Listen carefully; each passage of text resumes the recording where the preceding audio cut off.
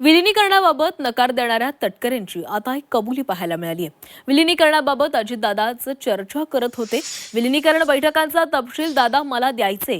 राष्ट्रवादीचे प्रदेशाध्यक्ष सुनील तटकरेंनी हे विधान केलेले आहे.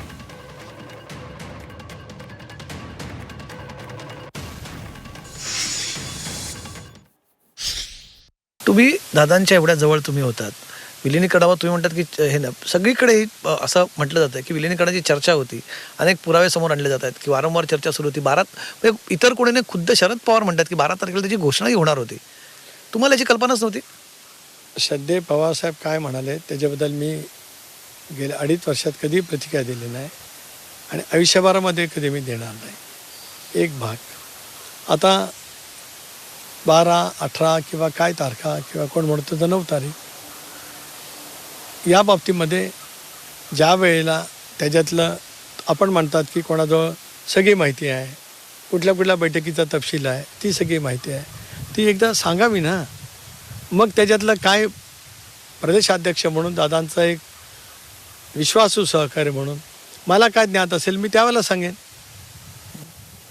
तुम्ही आता सांग, कारण मी तुम्ही सांगणं गरजेचं काय तटकरे साहेब? मला आज सांगण्याची गरज नाही. तुमच्या भूमिकेवरती प्रश्नचिन्ह निर्माण होते केलं ना, वारंवार. त्याचे उत्तर दिली मी. त्यांच्या किती प्रश्नाची उत्तरं मला द्यायची आहेत, मला काय कारण, I have to answer their question, who they are to ask me the question. प्रश्न महाराष्ट्र जनतेच्या मनात पण प्रश्न आहेत ना तटकरे साहेब. उत्तर विलिनीकरणाबाबत आहेत नक्की महाराष्ट्र जनतेला वाटतं? कमलेशजी तसं नाही. मी पण महाराष्ट्रामध्ये फिरतो जी मलाही महाराष्ट्रातल्या जनतेची नाडी थोडीफार कळते. जी किमान 25 वेळेला उभा महाराष्ट्र मी फिरलेला आहे. मी गेले प्रदीर्घ काळ राजकारणामध्ये आहे. एकसंघ राष्ट्रवादी असताना 14 ते 18 मी पक्षाचा अध्यक्ष राहिलेला आहे. बिलकुल. मला महाराष्ट्रातली जनता, महाराष्ट्राचं मत मला माहिती आहे. हे कुणी काय काय तयार केलेलं आहे ते ज्ञात आहे, पण मी काही बोलू इच्छित नाही आज. चर्चा नाही, कपोलकल्पित आहेत? प्लीज, या चर्चा प्लीज. कपोलकल्पित आहेत? मी काही बोलू इच्छित नाही आज. त्या कपोकल्पित आहेत का वास्तव आहेत, एकदा येऊ दे ना बाहेर. कशाला त्याच्याबद्दल मी आज मत व्यक्त करण्याची घाई करू? मला काही कारणच नाही.